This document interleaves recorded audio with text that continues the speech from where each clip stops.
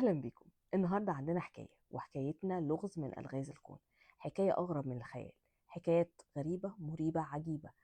ولولا إن ليها شهود عايشين معانا في الزمن اللي احنا فيه ده، كنا قلنا دي تخريفة من تخاريف المصريين. بنبتدي الحكاية من سنة 1904 في إنجلترا، لما اتولدت طفلة اسمها دورثي إيدي. طفلة إنجليزية من أصول أيرلندية، من أم وأب إنجليز. ما سافرتش في أي مكان في الكون، طول عمرها عايشة في إنجلترا. طفلة آه، فضلت إنجليزية لحد ما تمت 4 سنوات. اتعرضت لحادث، وقعت من سلم بيتهم، اتخبطت في دماغها، دخلت في غيبوبة، وبعدين ماتت لعدة دقائق، يعني قليلة جدا، وبعدين صحيت. بس لما رجعت تاني للحياة وصحيت، ما كانتش دورثي إيدي، كانت شخص تاني خالص. أول ما صحيت قالت لمامتها: آه، أنا فين؟ أنا عايزة أرجع بيتي، ده مش بيتي. أنا بيتي قصر كبير بعمدان كتيرة وعليها نقوش، ده مش بيتي، ممكن لو سمحتوا ترجعوني بيتي. فطبعا مامتها قلقت، راحت للدكتور. الدكتور لما شافها وعرف الحكاية بتاعتها قال إن ده أمر طبيعي من الحادثة، عشان هي وقعت على دماغها فحصل لها نوع من أنواع الانفصال عن الواقع، بس هتاخد وقتها وتروح. بس الحقيقة هي ما خدتش وقتها وراحت. الست دورثي ادي فضلت بتتكلم عن مصر القديمة لمامتها طول الوقت، وكان عندها شغف لهذه البلد. وفي يوم مامتها وباباها قرروا ان هما ياخدوها لمتحف البريطاني، وهناك في القسم المصري جالها حالة من الفرح. فضلت تجري على التماثيل وتحضنها وتبوسها وتقول لمامتها: دول أهلي ودول ناسي. وبعدين شافت صورة لمعبد أبيدوس، ولما شافت الصورة قالت لمامتها: المعبد ده اتغير قوي، ده ما كانش شكله كده، ده هنا كان فيه جناين وكان فيه عمدان كبيرة، ويعني ما كانش فيه صحراء، ده كان كلها جناين وعمدان. فمامتها برضو يعني ما خدتش في بالها، وقالت: معلش، هي ممكن برضو من آثار الخبطة إنها إيه تكون بتهزي شوية. كبرت دورثي واشتغلت في صحيفة إنجليزية، وهناك اشتغلت كاريكاتير، وهناك اتعرفت على إمام عبد المجيد. إمام عبد المجيد رجل مصري بيشتغل في الصحافة هناك في القسم، ماسك القسم المصري.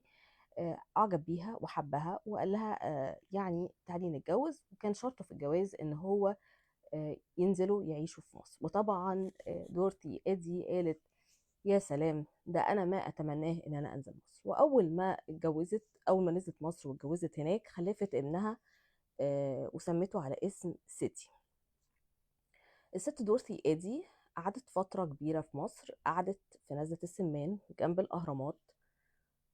وهناك اكتشف إن هي عايزة تتعلم اللغة الهيروغليفية. وفعلا راحت لمدرس لغة هيروغليفية واتعلمت اللغة خلال شهرين، والمدرس فوجئ بأنها يعني عارفة اللغة تماما. يعني كان بيديلها بس المبادئ، وهي كانت يعني كانوا بينشط لها الذاكرة. جوزها إمام عبد المجيد جاله بعثة إلى العراق، وكان عايز ياخدها معاه، وهي رفضت وقالت له: لا، أنا مش هسيب مصر. فاتطلقت، وهو أخد منها ابنها سيتي وعاشوا في العراق. بعدها بشوية الست دورثي إيدي جالها حلمت بان الاله حورة جالها وحكى لها قصه. قال لها: انت اسمك بنشست، ان شاء الله اكون بقولها صح.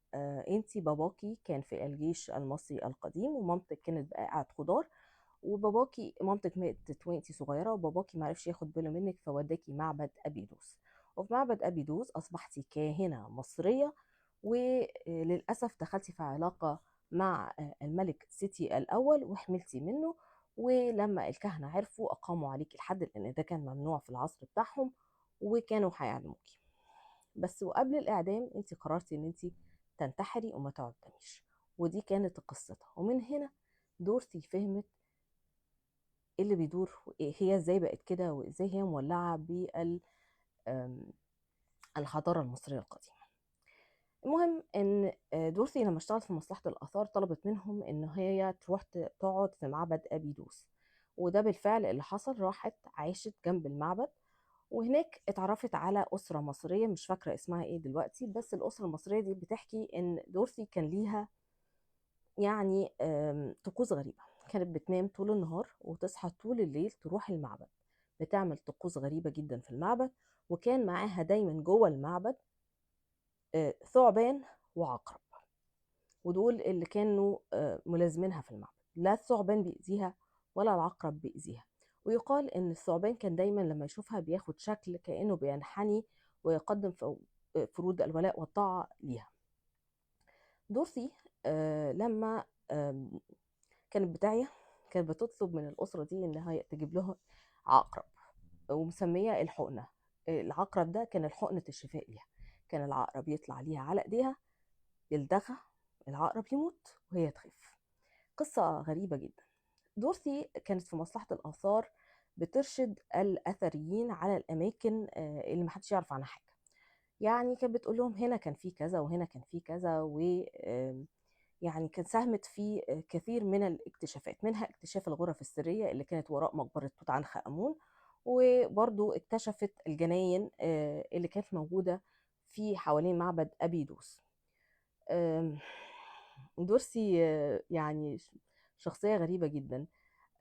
هي ماتت سنة 1981 واتدفنت دفن غريب قوي. هي كانت نفسها تدفن في معبد أبيدوس، بس مصلحة الآثار ما وافقتش. فالمسلمين قالوا الأسرة اللي كانت عايشة عندهم قالوا هيدفنوها معاها لو هي أسلمت، لكن هي رفضت الإسلام.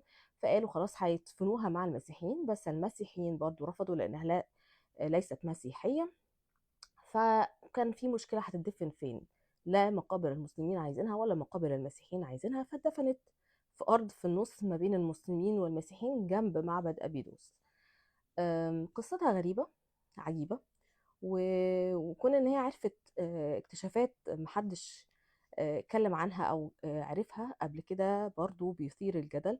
وكونها عرفت حاجات غريبة محدش كان يعرفها، يعني وان هي بتقول على نفسها ان هي كاهنة من عصر الملك سيتي الاول برضو، ده شيء غريب. هل تعتقدوا ان ده تناسخ ارواح ام جن، ولا قرين، ولا ده ايه؟ لان الحكايه غريبه جدا، وزي ما قلت ان في شهود عايشين معانا في الزمن اللي احنا فيه ده بيحكوا دايما قصتها.